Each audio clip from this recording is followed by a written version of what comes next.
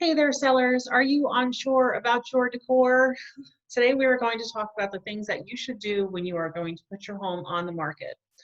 So this was one of my survey questions, or one of the responses I got back to my survey question when I asked some friends on Facebook Messenger, what is it that you're looking for from an agent, whether you're buying or you're selling?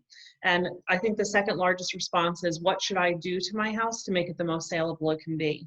And a lot of people talk about renovations, and I would encourage you not to do any renovations at all, because I can't tell you how many times I've seen someone, redo the second bath at a cost of $10,000 only to have buyers come in and say, oh, this is terrible. Why would they do this? Because everyone's tastes are different. And so now you just spent $10,000 and it didn't really add to the value of your home in the eyes of a buyer. And they're just going to want to kind of change what you've done there. So major renovations, please, please, please, at least for our market here in Southwest Florida, don't do that. All right. So let's see. We're not sure what improvements to make. This is so tough, right? This is like we are having, I'm sorry, I'm shaking my table because I'm moving my stool. So when you're having like a big family gathering, or you're having your friends over for the first time, or a big party or something like that, and we all kind of run around and we clean extra special, that more than we might normally do, because we're all have that same fear, like, oh my gosh, what if they don't like my house? What if they don't think it's clean enough or stylish enough or modern enough, or any of those things? It's kind of our tendency to be a little bit hard on ourselves and to question ourselves. And so when we're offering up, right, something like our most precious commodity, almost our home, we don't want to be rejected. We don't want to feel like other people don't like what we've done. So this is a really important piece, not only to reassure you as the seller, but to make sure you do have the most saleable product that you could possibly have. So here's the plan. Anytime I list a home, I always give a detailed checklist. It's a two-sided checklist, and it's basically just things that you can do and things that you should do to ensure that your home is going to show the best that it can. So number one, declutter a third time and start packing. Nobody is going to mind if there's boxes in the garage or boxes in the third bedroom because you've started packing. People understand that you're moving. And while we want every home to be like model home perfect, we just don't live in that world, right? We live in our house. It's not a model home, as a matter of fact, and we have to still kind of exist there. But really, it's better to have some boxes in the garage with your things that you started packing and have things decluttered. And one of the main reasons for that is a lot of people can't see past the stuff.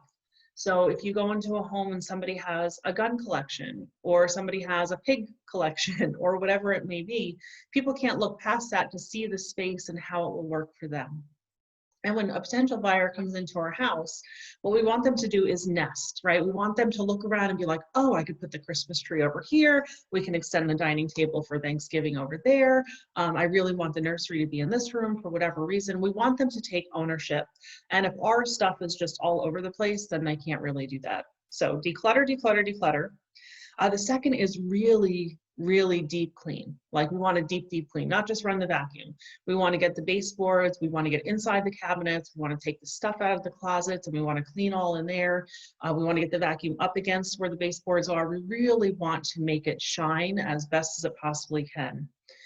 This is one of those places where bringing in a professional cleaning company might be beneficial for you, because a lot of us work, right? We work a lot, or we might be at the point in our life where it's just not feasible for us to get down on the floor and start scrubbing things, and I completely understand that too.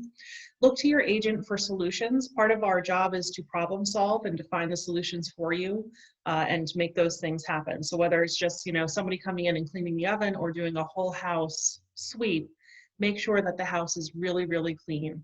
And that's going to take care of any odors also that might be lingering that you're not sure, or you don't know that is really there, right? Because we don't know what our own houses smell like most of the time. But when somebody else comes in, they can certainly smell it. So we're going to declutter, we're going to clean it. And then the only major improvement I would encourage you to make are those small ones. So if you have a broken light outside on the porch, that's not a major renovation. That's a quick fix. If you have painted an accent wall a bright goldenrod, you might want to tone that down to a more neutral beige. While it might look wonderful with your furniture and decor, it is overwhelming for buyers to come in and be like, oh, that goldenrod doesn't go with any of my stuff. I'm not sure what I'm going to do about that. And then they have to think about painting their house before they even move into it. And then they just say, forget it. I don't want to do this. It's too overwhelming for me. So make it as easy as you can for buyers to buy your home. I tell sellers that all the time. The most important marketing piece is making your home as easy to buy as humanly possible. And we have quite a few things that we do to ensure that that is the case. And I would be more than happy to talk to you about those things during a listing presentation. So we're going to declutter, we're going to clean, we're going to get rid of any like bright colors or items that might be deterring buyers. And we're going to look at that checklist again and see if there's anything else that needs to be done. Again, your agent is really your liaison. We have all sorts of vendors for any kind of problem that could possibly come up. So if your flower beds need to be, I've done that before too, like, oh, the flower beds really need to be weeded. And the seller was not in state. And so what do? So you bring in a landscape company and you have flower beds taken care of. We get things done and we make things happen. And that's part of how we earn our commission, is by solving these problems and ensuring that this is a smooth process and that things get done how they should. So if you would like a copy of that checklist, I'd be more than happy to provide that to you. Feel free to just shoot us a message or give us a call and we'll send that off to you. And of course, if you're considering selling and you just want a quick consultation, even if it's not a formal listing presentation, but just a quick consultation on what you might want to do to make your house more saleable, we would be more than happy to do that as well. I hope you all have a wonderful day.